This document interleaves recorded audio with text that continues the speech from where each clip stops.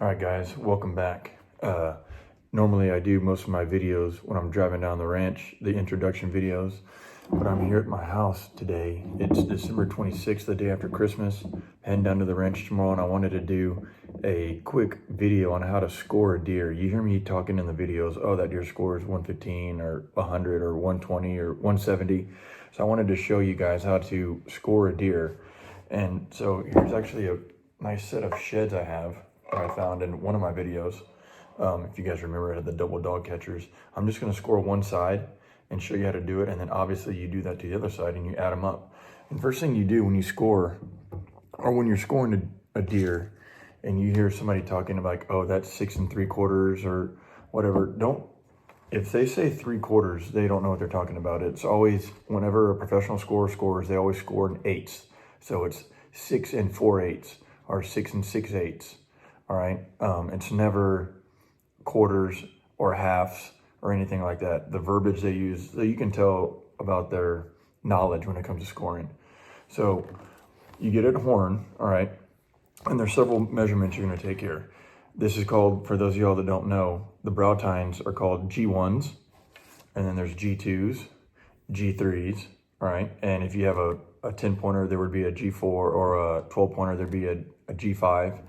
So you measure the G's, the tines, and then you get to take 4 mass measurements per side, no matter how many points there are. So if you have a deer that's a 14-pointer that has 7 spaces in between each tines, you only get to take 4 of them. You don't get to take all 7.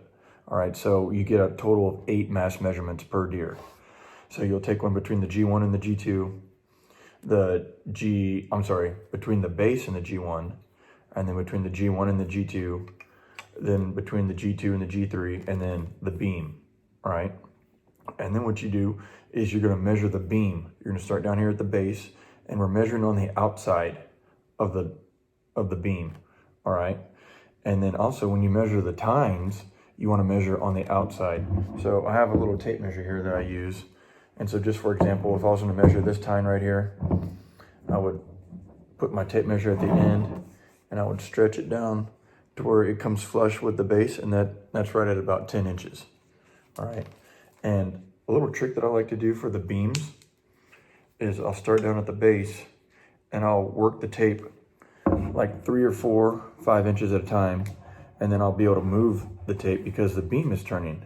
All right, so I'm just trying to keep a certain, and it's falling all over the place, but I like to keep a certain structure with my tape measuring. And as you can see, that comes out to about 20 1/2, which would be 20 4/8, and you put it on your logbook. And so I already measured this buck out just now before video, and I guess my wife is sitting right here and she'll tell you if I'm lying, but I guess at 125, and it actually measured up at 128. And that's what it's hard to tell the spread. I just want a conservative 16-inch spread. So it's probably about like this, and that's definitely big enough to make Pope and Young. So when somebody also tells you they shot this buck and it scores, they shot with a bow and arrow and it scores 145 Boone and Crockett, it's actually Pope and Young. That's the scoring system that they use for archery. Boone and Crockett is what you use for guns, all right? And to make the record book for archery, it's gotta be 125. And so this buck, if I shot it with a bow and arrow, would gross Pope and Young. I don't know if it would net Pope and Young, but it would definitely gross Pope and Young. Now for a rifle to make Pope and Young as a rifle to make Boone and Crockett, it would have to score 170, all right, for a typical. And that's a very large deer. That's very large. So this little set right here scores 128, and I don't know, we never saw this deer. Granted, we just got the place last year, but I haven't seen really any genetics that have the double dog catchers like this yet. But I'm heading down tomorrow. My dad told me that there's several bucks chasing does. There's a few cull bucks that need to be killed. And I've been checking on camera, and there's been raccoons tearing up my feeders. I'll post a picture here in a second of these raccoons that fit inside the varmint cage, and literally the space is 4 inches or 3 1/2 inches, and these fat raccoons are sliding in there, robbing us of deer corn. I don't really take kind to that when corn's $9 a bag. So I have something for him. It's kind of fitting too. My cousin, Jonathan, who's a big hunter, and he's gone down to the ranch before, he got me this book for Christmas called The Trapper's Guide. And I'd always been into trapping and stuff, and usually used dog-proof coon cuffs, they call them.